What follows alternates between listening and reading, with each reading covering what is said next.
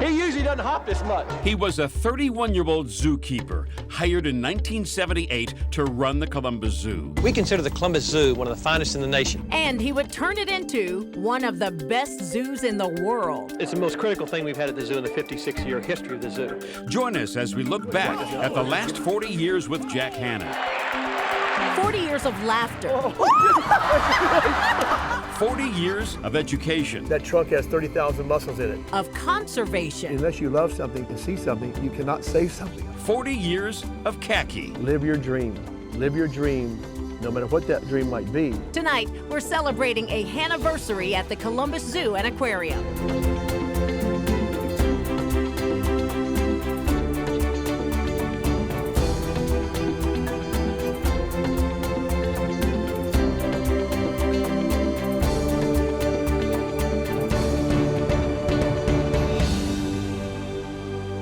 Hello and welcome to a very special evening here on 10 TV. I'm Jerry Revish along with Yolanda Harris coming to you from the Columbus Zoo and Aquarium. Tonight, we're celebrating 40 years of Jack Hanna, 40 years of khaki, as they say, with a fascinating interview. We had the chance to sit down with Jack alongside his wife of nearly 50 years, Suzi, inside their home located right here on the grounds of the Columbus Zoo. It really was a fun interview, and we covered a lot of ground, from how he landed the job as zoo director way back in 1978 to his first appearances on television in the 1980s. Oh, that's right. Who can forget Hannah's Ark, Jack's first TV show that began right here on 10 TV. We'll even watch a few clips and bloopers from that show too. It really was a fascinating conversation with a lot of laughs, some great stories, and a few happy tears too. Well, we're at the home of Jack and Suzi Hanna, and we are so glad to be here, and thank you for having us in. Oh, yeah. We're excited you're here. Take us back to 1978 when you got here. What made you decide Columbus, Ohio? When we first got here, some people know this, some people don't, I'm sure, but I'll say it every time I do a speech. We came here, our daughter Julie has been saved here from brain tumors as well as leukemia. And they gave us Ohio, Nationwide Children's Hospital with 5 other cities, and we chose Columbus. So here I am in Columbus, right? Having my daughter saved, who's here today, and a zoo was looking for a zoo director. Tell me that the man up there didn't have a lot to do with this? Unbelievable. It is, and what's so amazing, at that time we were in Tennessee and Jack was in real estate, but he kept looking at animal magazines. Yeah. And his partner came in and he said, Jack, he said, you know, instead of looking at houses, you're always looking at animal magazines. He said, I think you really need to get back in the business. And a friend of ours that we had met in Tennessee, they were from New Jersey, and they called Jack up and said, you know what, my sister's a judge in Columbus, Ohio, and she heard that they're looking for a zoo director. So that's how we found out. Well, tell us this, you had a unique approach when you became zoo director. You were hands-on. You got involved in fundraising. You got involved in the chores at the zoo. Was that just your way, or? In the first few weeks I was here, you know what I did? The bathrooms. The buildings were painted red, green. I mean, I didn't know what was going on here. And so they called me Trap Rock Brown the first month. I went and bought every can there was in this whole area. By the way, for the public, the animals were in good shape. Every animal here was all right. The gorillas had never seen grass or light. I saw that right away. Well, you did quite a bit. From the first year to the second year, the attendance went up like 46% at the zoo. What happened there? How'd you turn it around that quick? Well, my ideas sometimes got me a little bit of trouble. For example, this is 27-year-old Enrico Walenda. He's the grandson of the late famous tight wire walker Carl Walenda. Enrico was in town today to test his equipment for tomorrow's walk over the lions and tigers in their dens at the Columbus Zoo. I came with the idea of having one of the Walendas to walk across the tigers, and the place was packed. And today especially, the crowds turned out to witness a first-time event at the zoo, a high wire walk 40 feet above the tiger pen. The guy walking across the Walenda goes, Jack, throw that big piece of meat I'm giving you on the ground down there. And the tigers go, ah, and that way I act like I'm going to fall. I go, oh gosh, this is exciting, but what if you fall? Let's hear it for Enrico Walenda. He starts walking, and a lot of people came. And sure enough, I put you down there, and he went, ah, and everybody went crazy. And they thought it was pretty funny, but the zoo world didn't think it was funny at all. No, they didn't. They didn't like that. I got in trouble. Yes, I did some crazy things at first. I never hurt an animal, by the way. It's like Jack said, I mean, the zoo was very old. The animals were in good condition, but the habitats really needed help. And unfortunately, it takes money to do that. So what Jack would do is he would look in the paper for different companies. And I think this really was the biggest impact in the beginning is he went to Worthington Industries and he met with Mr. McConnell. The gorillas have a problem, sir. I don't know what to do. He was looking at me like I was not crazy, but who is this guy? Bongo, who at 491 pounds is the zoo's largest gorilla, was allowed out into the real world today, along with his mate Cola. The two gorillas, both over age 20, have always lived in cages. But thanks to the completion of the new outdoors exhibit, they'll now be allowed a breath of fresh air. When that happened, and the gorillas now for the first time were able to be outside and touch grass and be in the sunshine, I mean, it literally warms your heart, and it can't be done without money. It just can't be. And what happened after I left Mr. McConnell, he came in to see it himself. You talk about an embarrassing thing happening, unbelievable. I take him in the gorilla house. Now Colo's there. Colo was always a character, Colo was. She was something. Anyway, I take him in there with the big silverback, the big boy, and he brought his check with him. The gorilla goes like this with his hand, grabs the check of a lot of money, and just like this, shoves his mouth. Oh, Mr. Mack goes, Jack, oh, this is the day of my life. Can you imagine? I can tell the story that they took my check from me and ate it right on. Oh my gosh, it's so cool. Just let me get a picture of that, please. The guys over here taking pictures, please. Anyway, I was shaking. Another thing that you did, aside from going to different businesses, in 1985, you did something that was very unique at the time for zoos. You went to the public and you asked for a levy to be passed. We can take a look at that. It's little folks like these who benefit most from the zoo levy Franklin County voters just passed. We weigh almost as much as a polar bear. Columbus Zoo Director Jack Hanna says a zoo has to be more than a living museum, and so he'll use a big chunk of the expected $1.9 million for expanded young people's classes here. Then it's little folks like these he wants to help. He says it's critical to have more research facilities here, especially to help the shrinking gorilla population. We must do it very quickly. If we don't, the gorilla will become extinct in the next 30 years. Not only is Jack Hanna excited about the levy passing, other zoo directors are too. They've been calling here from all over to ask Jack, how did you do it? It's unusual to get a levy like this passed anywhere, but Hanna is already planning to try for more. No. I've had many calls last week from people in Licking County, Delaware County saying, hey Jack, you know, we'd like to help out. With regional support, Hanna thinks this zoo could join the best in the world. Tom Berman, Eyewitness News. What's going through your mind right now after watching that? In disbelief right now. Why disbelief? Emotional disbelief. It may not be emotional to you, but to me, it's incredible what happened. I mean, I just tell you this, it's not Jack Hanna built the zoo, everyone. It's the city of Columbus that built the zoo, and the people here and the companies. Once it got going like that wheel, that's when the people personally started wanting to be involved with the zoo. People started believing in their zoo then. Coming up, he got his television start right here on 10 TV. The most interesting sights are still up ahead. Next, we'll walk down memory lane with Hanna's Ark. I can't believe this thing. Oh my gosh. Oh, Kathleen. Oh, I love this zoo. I love that, folks. More than any of my national shows. That is it right there. Zoos are continually growing and improving.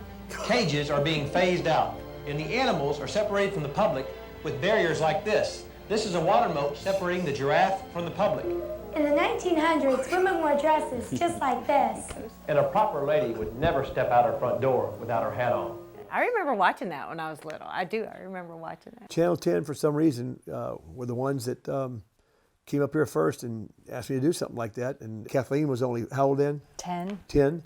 Well, Kathleen is a very quick person when it comes to that. And she's not afraid of cameras. She memorizes very well. She was good. The neat thing is that Kathleen was really the one that carried it because she memorized it more than me.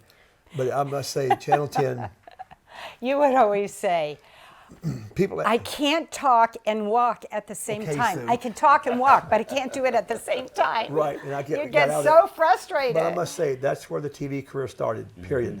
People still talk about this with me, believe it or not. And they just, everybody seemed to enjoy it. And for me, it was a neat thing for Kathleen to be with me. Yeah, it was groundbreaking for local TV and groundbreaking for you. But everything didn't always go according to plan on that show. I think we got some of that too. Oh no, please, I know what you're saying. Oh, Sue. The first thing I learned when working with animals was that you can never guess what they're going to do or how they're going to act. If you want them to stand still, they walk away. And if you want them to look fierce, they roll over and fall asleep. I got gophers in my backyard, mosquitoes bite me all over the place. My neighbor's got ants in his kitchen. He's got termites in his attic. Come here, the ball, girls. Oh, it's just a heck of a place to live, I'll tell you. Julie, that's Julie. While recovering from Julie's wild past, I can't resist the chance to have a little fun. A man's home is his castle. The plain truth is, everyone's house seems to be surrounded by pests. Join us tonight on Hannah's Ark as we take a look at those creatures we call the uninvited. I can have a little fun too. That's funny. Kathleen? Wow. Down memory lane. Yeah. You know something? It's fun. That is worth, to me, it may sound crazy to you guys, that's worth to me than any Christmas gift I could ever get or any honor I could ever get. It takes you back until, you know, I was getting a little emotional here. I'm sorry, but that's just the way I am. Yeah. To see my little Kathleen with those braids that you, Sue, took hours to do. Yeah. And you see those things happening. You have to be, I'm 71 now, you have to understand you cannot go back in life. You can always go forward in life. And I've never seen that stuff. I've done a lot of stuff on TV, but never going back to the original television for Jack Hanna. You've just seen that. You've just seen the original stuff that taught me how to be on TV. It's so true because our family, you know, it's just so important to you, and you miss that, raising those 3 little girls, and now we're older, we're grandparents, and it's hard because Kathleen lives in England. She has for 25 years, and to see how much fun it was, it's, you know, that's the one thing that you can't buy. You can't buy time, so it becomes priceless to you, and those times even become more valuable. And it's so obvious in that they have a wonderful father-daughter relationship with all your girls. I mean, just seeing you guys there He together. never said no to them, let me tell you. Where are you from? Chattanooga, Tennessee. No, you're not. I am. Coming up, watch what happens when fans see Jack wandering around the zoo. Angela Ann joins Jack for more fun. It's showtime for this guy from Tennessee. This year, Jack Hanna will be seen and heard in nearly 30 big cities coast to coast. WMZQ, Washington, D.C.'s official country station at 8:50. On the road means on the run, looking at the right camera, saying the right thing, and making sure the animals do their stuff. If you got a dusty house, have it. There it goes. All right. If you get to talk about the Columbus Zoo, endangered species, animals for the other 4 minutes, you know, you can't beat that. Welcome back to our Hanna-versary special celebrating 40 years of Jack Hanna here at the Columbus Zoo. You know, it's always an adventure when we come out to the zoo to do an interview with Jack Hanna. That's right, Jerry. Whether it's meeting all of his adoring fans that he never turns away, or his quick one-liners that always keep you on your feet, you always know that you are in for a lot of fun. 10 TV's Angela Ann met up with Jack inside the zoo and continues our conversation there. Jack Hanna's locked out of his own zoo. With Jack Hanna, you never really know what will happen next. I would think that you have a master key to everywhere at the zoo. No, I don't. Walking into the heart of Africa, Jack knows his mission at the Columbus Zoo and Aquarium is nearly complete. My whole dream was to have a huge African veldt before I left. It is a view that takes his breath away, seeing animals run in the wide open landscape. It takes Jack back to places he visited in Africa, and a far cry from when he first landed in Columbus in 1978. Those early years weren't easy. Jack says he used every shtick he could think of to drum up support and donors. Emily the chimp was here, and Emily was a trained chimp, which we don't do anymore. That was here when I got here. All I knew to do is get Emily to have a little card and go into some of the companies here and said, "Hi, Merry Christmas. Could I have some money for my new house at the zoo?" Every single person I went to, and I'm not going to name the companies because you know them all. There are about 6 of them. Every time we went up to see the president, they wrote a check to Emily the chimp. From the days of Kolo, the first gorilla born in captivity anywhere in the world in 1956, to her twins that made national news, everything Jack did helped put the Columbus Zoo on the national map. Not to mention his 102 appearances with David Letterman. No, I just want to try to show you how to do it. Look Well, there, I know, that's fine, but they're going to peck my eyes out. Before my dad died, he told me 4 words, and I'll never forget it, and that's why I continue. Jack, remember, love what you do, and the other 2 words are hard work. It is a love Jack shares openly wherever he goes. I want you to see something. Look over there. You want to talk about your charm? How y'all doing? Do you guys know who he is? I look like Jack Hanna here doing an interview because I may take his place. He has touched the hearts of millions. Well, you look littler than this. And never once, in his 40 years at the Columbus Zoo, did Jack waver from his mission of animal conservation. The point is, you want to see them, feel them, smell them. Look at the beauty of this giraffe here. You get to see this. Not everyone can go to Africa and the North Pole, South Pole, the Amazon. But unless you love something and see something, you cannot save something. I can't tell people how critical a zoological park is in the part of education. If you could come back as an animal. Okay, I'm going to tell you what it is. Now, people, I'm sorry. I want to come back as a hippo. They get as big and fat as they want to get. They love the sun. They get to breathe in the water. They have they get to eat outside all night long. And I mean, you just don't have to do anything. What a life. Coming up, Jack reflects on his future at the Columbus Zoo. We'll be right back. The kitchen is the busiest place in the house. It's the one room where all the food is prepared and the family sits down together. And no matter how clean you keep it, it's just a matter of time until you're visited by some unwanted, unappetizing, and uninvited guests. Hey, Sue, look what I got for dinner.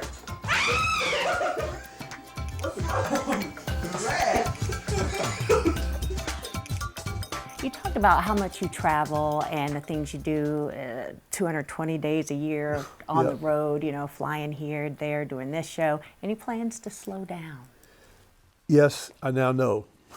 Not just because you're 71. Yes, I know now, yes. I have to slow down for the main reasons of my family. In England, I don't get there very much. Since Suzi in Cincinnati. Now, Julie lives with us, or lives right here, and we do a lot with Julie.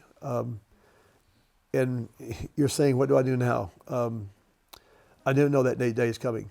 Not that I'm trying to avoid it. I'm trying to make sure that the zoo continues what it does, and people realize that it's not Jack Hanna, it's the Columbus Zoo.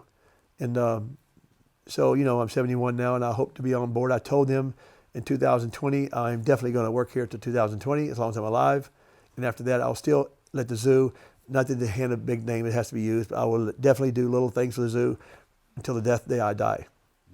And I think the important thing is the message is there, that conservation is so vital in our world. And the Columbus Zoo, I don't know if you're aware of this, but they sponsor 70 different projects in 40 different countries around the world. It's not just the Columbus Zoo. The Columbus Zoo does so much. And all the zoos together do. They spend an awful lot of money on conservation projects throughout the world. You're an example of seeing an opportunity and running with it and making it something.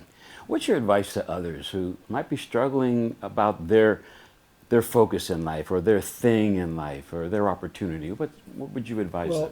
The first thing that some zoos need to do is make sure their employees, any company, whether it's a zoo or a steel plant, that your employees are just as much as you are. You might be called a director or a CEO, I don't know what they all call them now, president, whatever you want to call it. I'm just always zoo director. Everybody there is a zoo director. They have to be treated the same way, and that's, you got to get your people up first. And then you can go out there. Then you can go out there and go from your zoo. Don't just sit there at the zoo and have people come to your zoo. We took the zoo to people. You know, that's what I believed in the day I got here. And I did get criticized, yes, by the zoos. And not because I was trying to tell other zoos to do it. I don't care what they do. I just know what I felt like doing.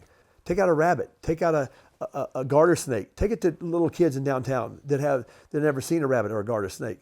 Start that way if you want to. There's nothing wrong with that. you have to understand it. You just can't be that zoo in that town. Oh, you can only see the animals at the zoo. Some people can't get to the zoo. Even, by the way, try and go to hospice with some animals. Or the hardest thing for me to do, I don't know, I wasn't going to say this, but I will. The hardest thing, and Aaron and my staff, Kate and them, all know this. When I get calls, they get the calls first. Could we bring? Yeah, it's children that have. Can we bring in our child that has leukemia or cancer? She's on chemotherapy, and we think we'll have her for another month. That is hard. And they bring them here. You know, yes, it's very proud to be Jack Hanna. It's very proud to be at the zoo. I'll come back from Africa. I'll come back anywhere to see a child because I know what it means to them. I've been to hospice. I've been to places where we visit nursing homes. And you see the faces on these people. You know, you could give me $1 million for that. Well, Jack and Suzi Hanna, a life well lived and a life you're continuing to live. We wish you many, many more years of joy, and we thank you for what you've given Columbus. What a special conversation we had with Jack and Suzi Hanna.